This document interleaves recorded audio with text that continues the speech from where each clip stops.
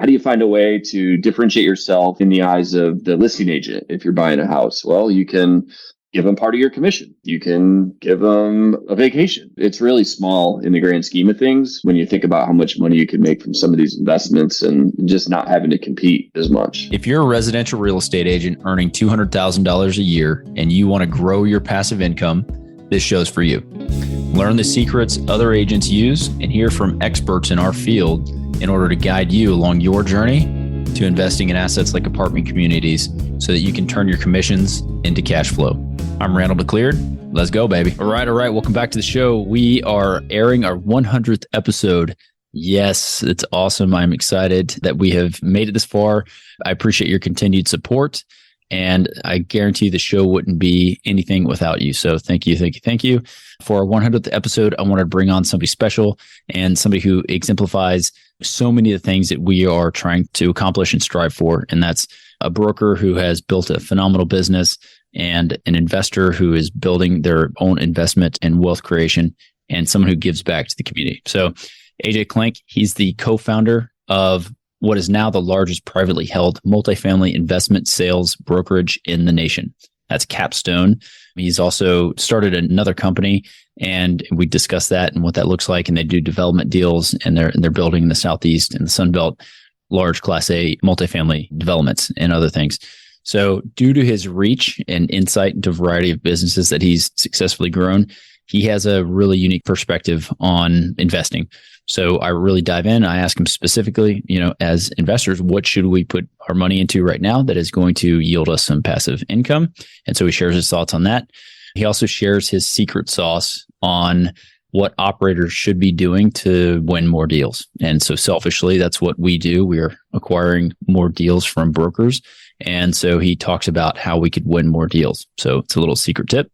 And building one of the largest or the largest privately held brokerage for multifamily, he knows what he's talking about. So it's a great piece of advice. And then he also discusses some tips and some ideas and things around passively investing as a limited partner. So those are the main topics. At the end, we touch briefly on something that he is very passionate about, and it's building schools in Central and South America. And he discusses some things on why he's doing that and what he's getting out of it and how you can get involved as well. So definitely listen through to the end and check out that link. It's an awesome conversation. I really appreciate him jumping on, and I hope you enjoy it as much as I do. If you're getting something out of the show, please go on, give us a rating and review. Helps us out a ton. Helps us bring on great guests like AJ, and helps us a ton. So let's jump into the episode and talk to AJ. You're going to get a ton from it. Here we go. Man, I was excited to have this conversation, just chat with you, obviously, because I know Capstone. I've seen that business around. I get your reports, and I'm investing in multifamily. So I was like, all right, this is going to be good for me, if nothing else, right? Yeah. So I know you're running multiple businesses. You're co-founder of one of the largest multifamily commercial real estate brokerages in the country. So we'll talk a little bit about that. Got a hospitality business. I know you have a development company now, right? And you are big into philanthropy. So to me, going through and doing some research and just looking into your history, it seems like entrepreneurship is just like encoded in your DNA. So curious for my own benefit, what do you think going back was like a spark or something that early days, maybe, I don't know, when you're a kid, or something that really gave you that drive or that spark to be building businesses? Sure. So I thought about this a lot. I grew up in southern Michigan in the middle of probably about 500 acres. We lived on 20 acres, but had a lot of uninhabited forests around us. And I found myself just constantly working with my hands outside, building trails, blazing trails, and just taking on small projects. And I think learned a lot of ingenuity from that, and just the ability to kind of blaze your own trail, if you will. My father had a small manufacturing operation where he traveled around and serviced a variety of manufacturing companies with his service.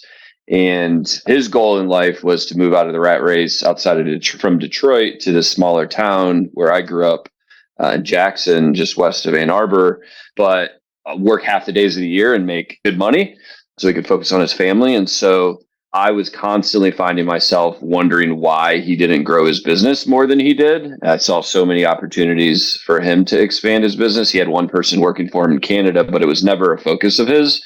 And so I think that's part of how this sort of got ingrained in my DNA, is seeing him, waking up early in the morning to go on trips, just getting after it, but also there being an opportunity to grow that. And he wasn't interested in that, but that's obviously something that I've been interested in. And my direction has been driven by my passion for giving back and philanthropy and international nonprofit work. So I've built some schools in third world countries with a group called Build On, who I'm on the global board of, and continue to do that today. So real estate for me was just a path to get to where I could focus on that full time. Yeah, that's interesting. I mean, when you say it, and this is something I haven't even thought about asking you were talking about, but since you brought it up, do you think that your dad he worked half-time essentially, so he wanted to spend more time with the family? Mm-hmm. I mean, do you have to deal with some trade-offs with the amount of activity that you do through your companies with your family life? And if so, how do you navigate that? Yeah, I'm 39, and I'd say when I moved to Charlotte, North Carolina, I wasn't really ever handed anything and built everything from scratch. And so early on, it was just grinding and hustling, staying up late, not going out to the bar with buddies, even though it sounded like fun. I had a very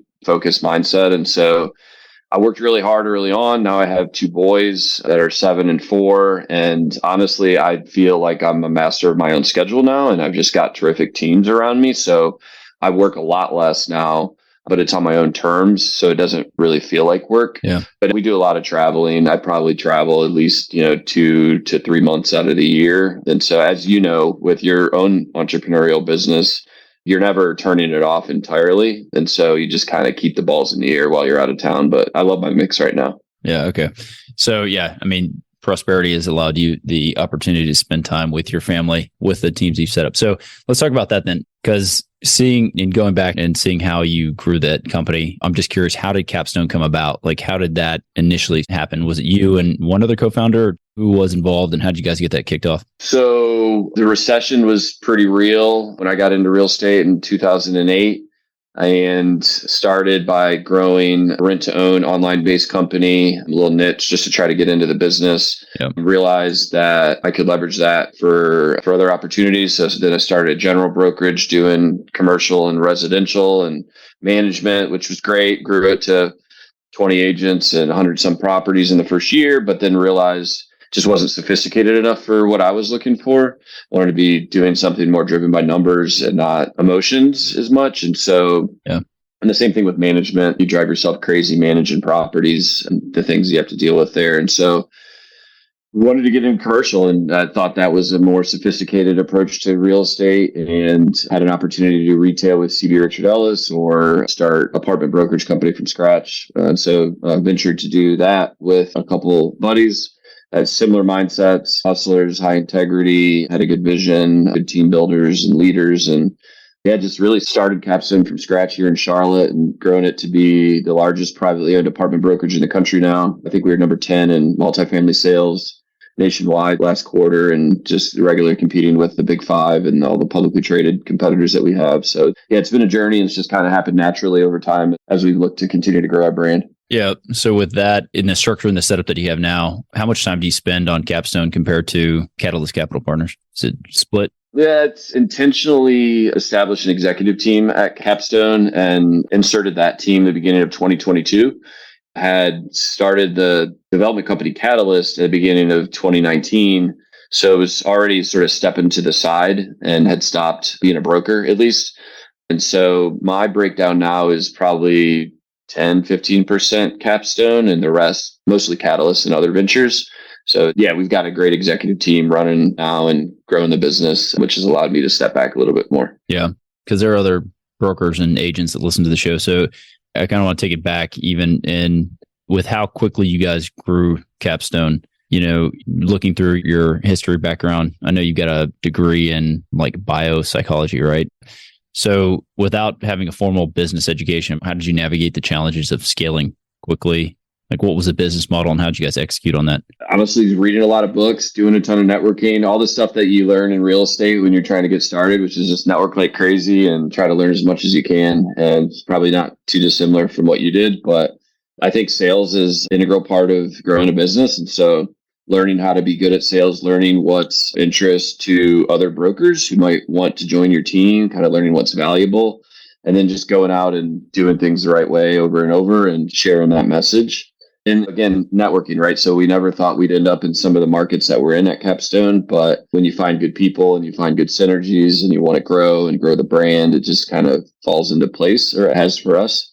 So I don't think there's any super secret sauce other than not burning any bridges, working your ass off, networking, and trying to find a niche. And the tough part too is we were trying to be in a business where the majority of the market was dominated by publicly traded companies. And so one of the things that was important was ensuring that we could maintain the same level of quality from our materials to our language and reporting to our clients, and not allowing our competitors to use that as a knock on us.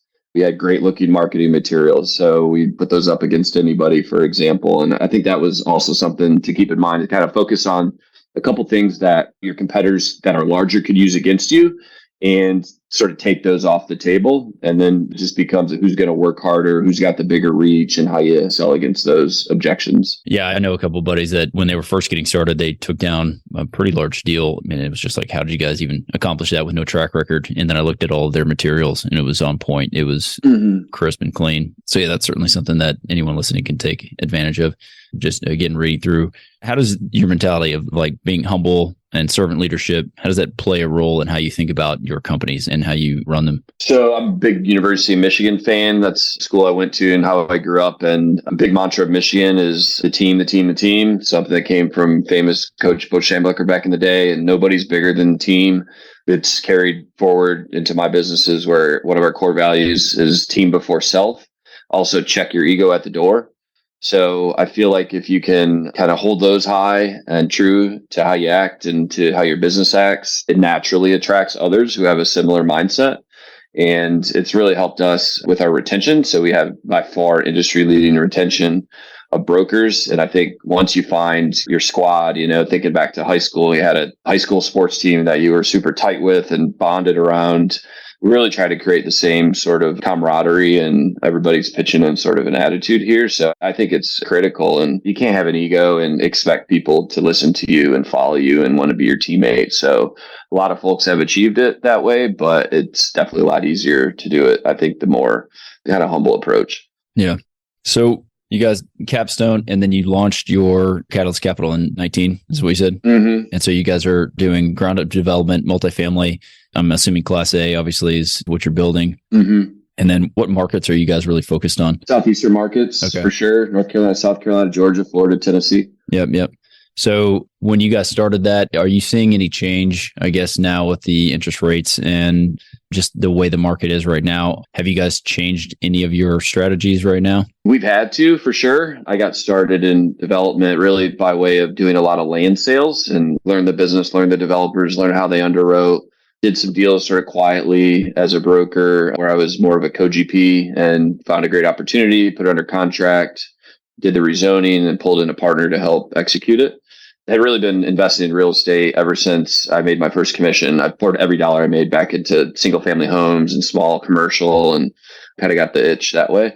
I would say that in the last year, because of inflation, because of interest rates, just like a high level statement, if you needed $1.65, $1.70 rents a year ago to allow a development deal to pencil, that you need $2 a square foot now.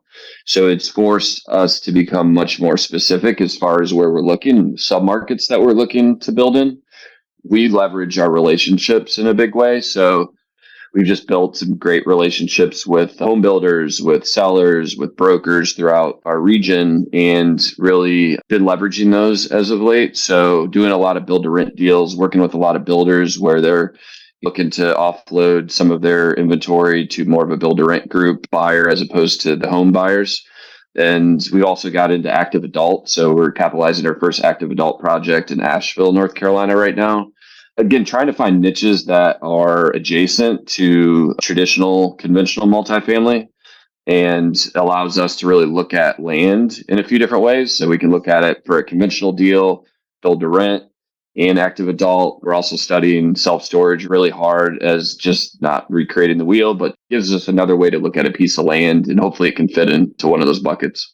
Yeah. So is Capstone feeding a lot of your deal flow? I wish it was. Honestly, we've got, I think, 20 projects in various stages at Catalyst, and we don't have one of those from Capstone. They're great guys to stay close with and for industry knowledge in that. But just the way that the cookies crumbled, we've really found most of our opportunities ourselves through other relationships. Yeah, I mean, that really feeds into the crux of the show. Like, obviously, how to build cash flow in this environment and through development deals. It's typically as an LP, you're not getting into a development deal because you're looking for cash flow mostly, right? You're looking for pop. Mm-hmm. We're proud to be sponsored by Ridgeline Investment Group. Ridgeline has a track record of transacting more than $53 million in assets throughout Texas. Ridgeline is currently looking to acquire 100 to 200 unit Class B multifamily communities between 5 and 20 million in San Antonio, Temple, Waco, Tyler, and other Texas secondary markets. To learn more about Ridgeline Investment Group, visit www.ridgelineig.com. So with your experience as investor, broker, entrepreneur, if I'm a broker, agent, and I'm a accredited investor, because you have such a line of sight across various, industries, what would your advice be to place some capital for some passive income in this environment? I think I do have a perspective that's pretty wide in real estate. I always tell folks that the best investment I've ever made was buying single family homes. There's just so many benefits. It's obviously a much lower barrier to entry.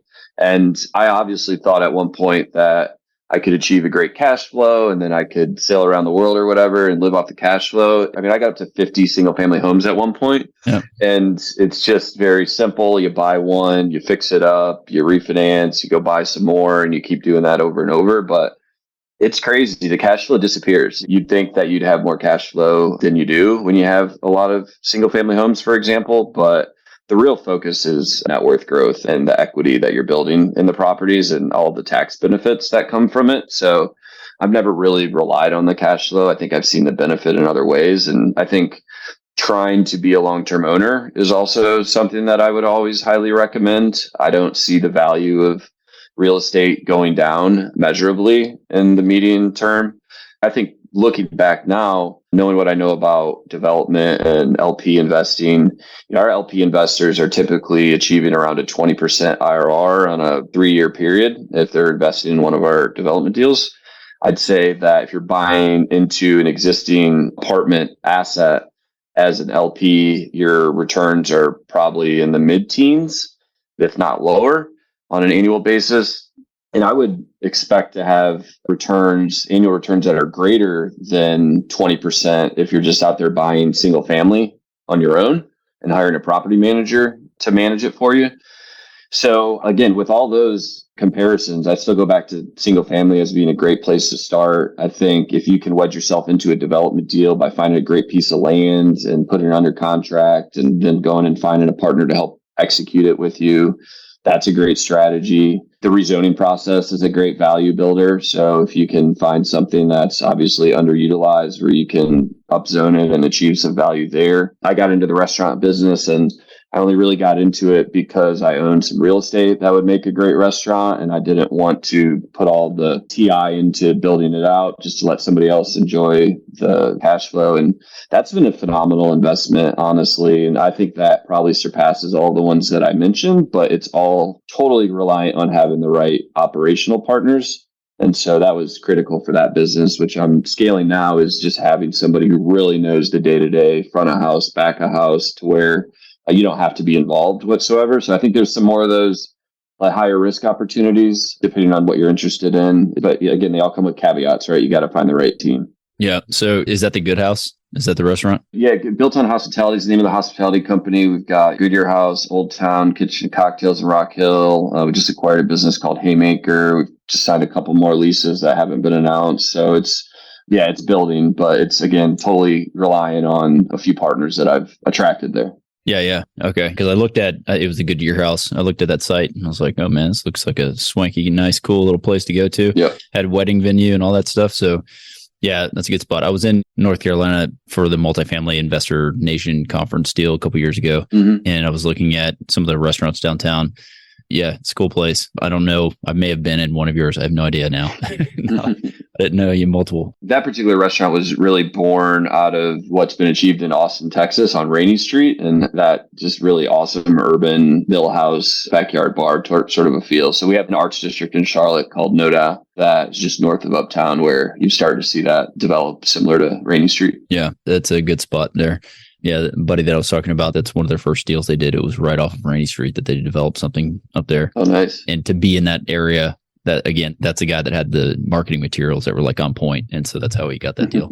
So yeah, I mean, the restaurant business, explain that. I mean, in general, you own the real estate, you had that property, and then you just partnered with a chef, or you partnered with like, what did that even look like? And I guess even before that, I was going through, it looked like you had something way back when you were in college. Were you serving food? Like, did you always have a kick for a restaurant? To me, no, it's just diversification of my income and cash flow. I never had a passion to be in that business. I did work as a server at the University of Michigan's 5-star restaurant. So I was wearing a tuxedo to work, on Saturday and Sunday mornings, which, you know how you were feeling on Saturday and Sunday mornings as a senior in college, but that's the only job I could get. So I'm driving hazy-eyed and throwing my bow tie on. And that was just a good lesson in hard work and doing shit that you don't want to do. Yeah. But my vision really was build out the design, build out the brand, come up with a concept, and then attract a really well-known chef, which I have. He's Chef Chris Coleman's. He's beat Bobby Flay. He's been a CHOP champion multiple times. But it was really just having a good, clear vision and then finding people who aligned with that and bringing him in. And my other partner, Sean, who has opened 15 SDKs, similar age to me, similar kind of mindset.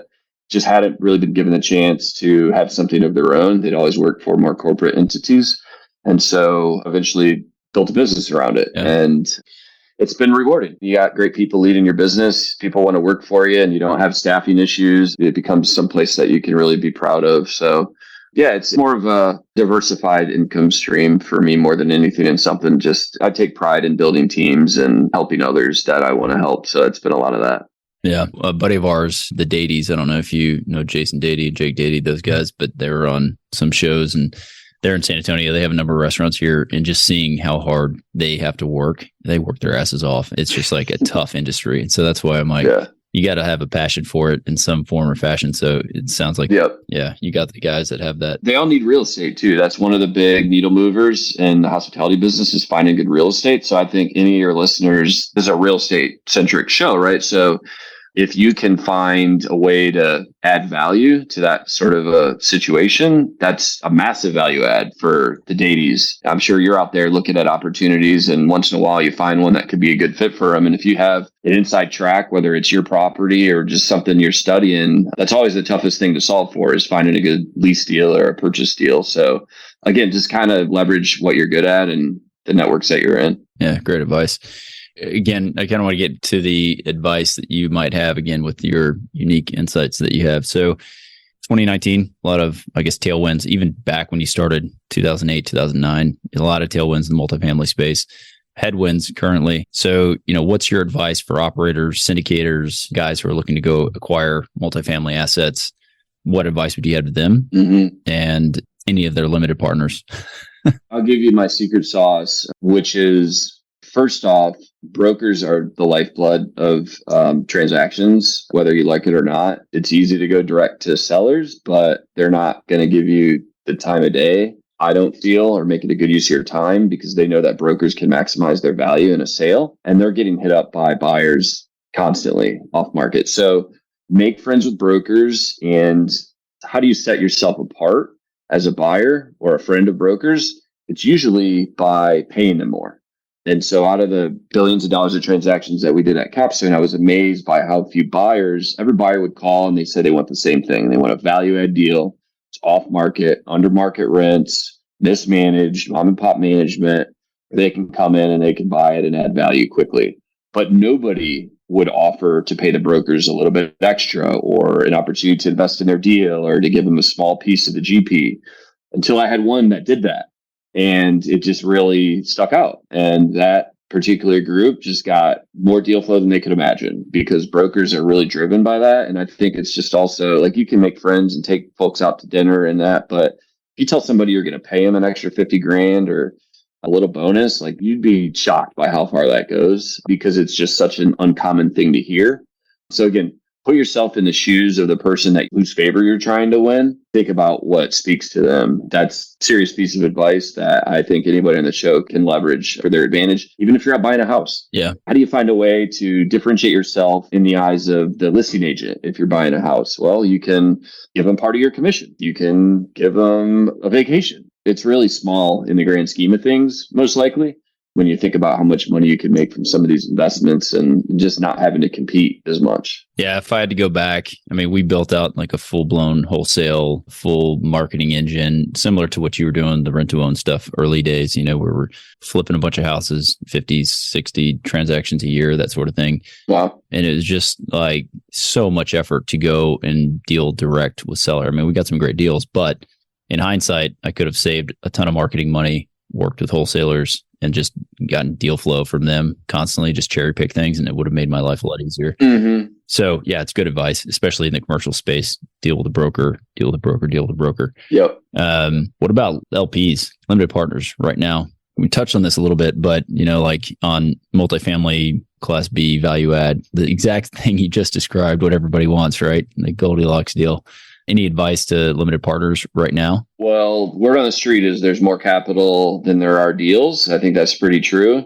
So if you're an LP and you're looking to invest, you're going to see a lot less deal flow. And I would just go out and try to investigate and find some new GPs that you can get to know in this time when things are a little bit slower. Sure, you have opportunities. I have opportunities, but there's a lot of very savvy and successful real estate investors and developers. So you're just going to have to see more deal flow. If you're trying to really invest as an LP, the opportunities are going to be a lot fewer. There's a little bit more perceived risk, but I just got to find a principal that you feel convicted about. I think their integrity and check their references. I'd encourage anybody that invests with us to ask about their experiences with us. And so you want to find a partner or a GP you're investing with that has that same approach. You don't want them to be cagey at all about, who they've worked with or other investors. They should have no issues with sharing those references and those experiences. And so there's a lot of shysters out there. There's a lot of folks who talk a big game, and there's a lot of egos in this business. And if that's your thing, then invest with the guys with egos. But that's not necessarily who we attract or who we want to work with. And so just kind of get in where you fit in a way. There's so many different groups you can invest with. You just got to find one that's proven that you get along with. Yep. Solid advice. All right. I want to ask you something else because I just saw it on your profile. And when I was first started looking at multifamily and investing and looking at small units, big units, like big properties, that sort of thing, one of the things that stuck out is how difficult it is to manage sub 100 unit properties. And so I started thinking about, proptech and that sort of thing. And I see that you have invested, or you have, I don't know if you've started something. I don't know.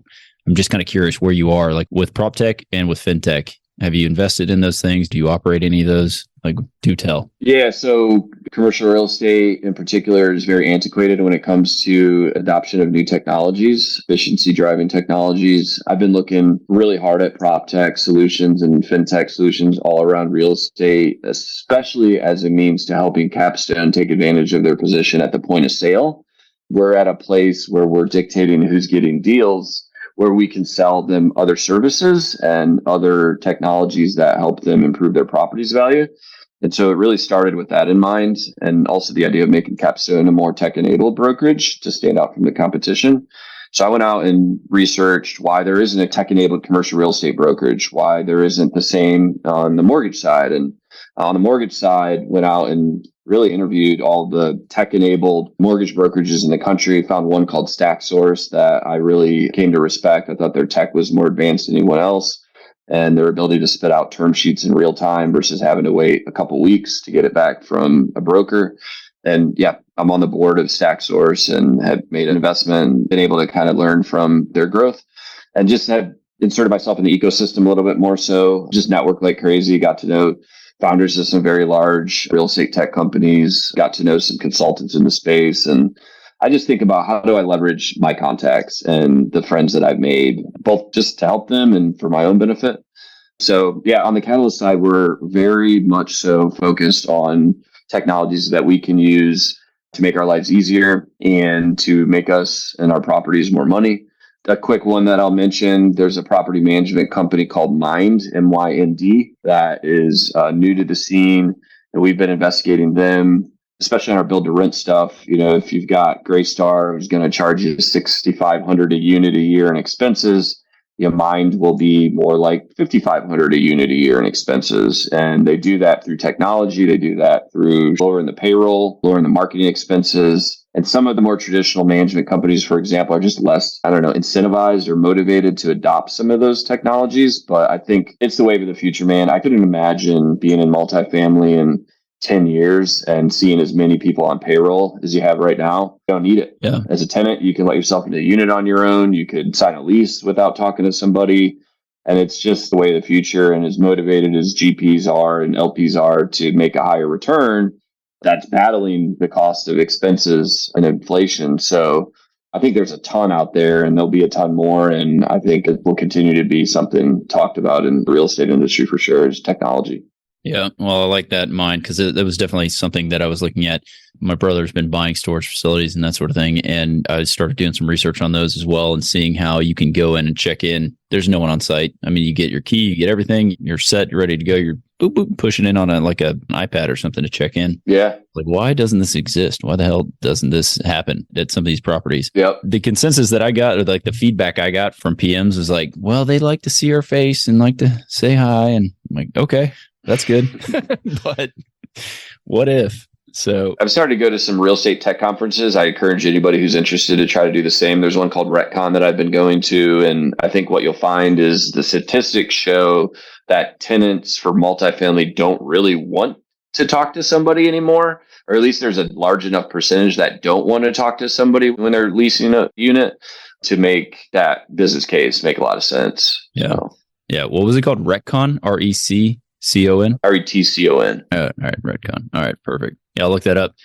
All right, AJ, man, I appreciate you jumping on, sharing your information, your knowledge, your experience. It's great to chat with you and hear kind of your whole story and what you're working on right now. I do know I kind of want to wrap this up with just a quick question about you building schools.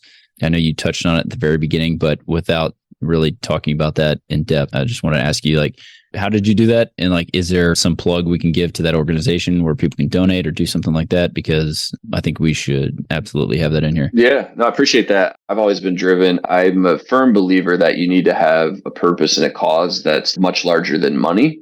And that could be giving your family and your kids a path that's easier than yours. For me, it's the impact that I can have on the world. And so I built a school in Bolivia in high school, in a village where a school didn't exist, and think about the impact that that has. Now you've got a community where they can actually educate their kids before they send them to the big city to make money to bring it back to the village. But when you go to the big city without an education, you can't get a job and you end up homeless in a shanty town. Much to the surprise of a lot of those folks who just think they can send a kid from a village to La Paz. But with an education, you're armed with something that others aren't. And so I saw it as just a totally transformational thing. It's a group called buildon.org. They built more schools in developing countries than any NGO in the world.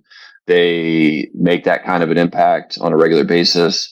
I have nonprofits for all my businesses. I built a couple schools last year. We're going to build 3 this year. They'll continue to ramp that up. So with every apartment development that we develop, we dedicate or donate part of our development fee to build a school. You could build a school that houses 75 kids in Nicaragua or other countries for $35,000 a year, or $35,000. So just think about that, right? Yeah. Investing $35,000, and now you've got 75 kids who are going to be going to school each year and matriculating out through that. So I've yet to find a return on my donation that comes anywhere close to that in the States. And I think there's a lot of folks I like to help in the States too, but we've become so jaded in this country and ungrateful for what we have that it's great to see the smiles on the faces of some of the poorest in the world. Yeah, that's fantastic. I will definitely look that up, man. I advise everyone else to do the same and donate, give some money. Appreciate it. So awesome. AJ, again, thanks for jumping on. If you want to reach out to AJ, if you have your contact info, they can put it in the show notes. Sure. You can also check out Catalyst Capital Partners and their deals and offerings that they have there. So AJ, good chat. Catch up with you soon. Thanks, Randall. Appreciate it. Take care, everybody. Have a good one. Surprisingly, most of the agents we speak with got into real estate hoping to gain passive income and become work optional. However, only 1 in 5 ever start investing. Most are simply too afraid to start. Once you get educated by listening to this show, you'll be able to overcome that fear and become the 1 in 5 who are finding financial freedom. Don't miss a single episode. If you want to stay up to date, the best way is to make sure you're subscribed. So if you haven't done that, go ahead and do it now. And we'll catch you on the next episode.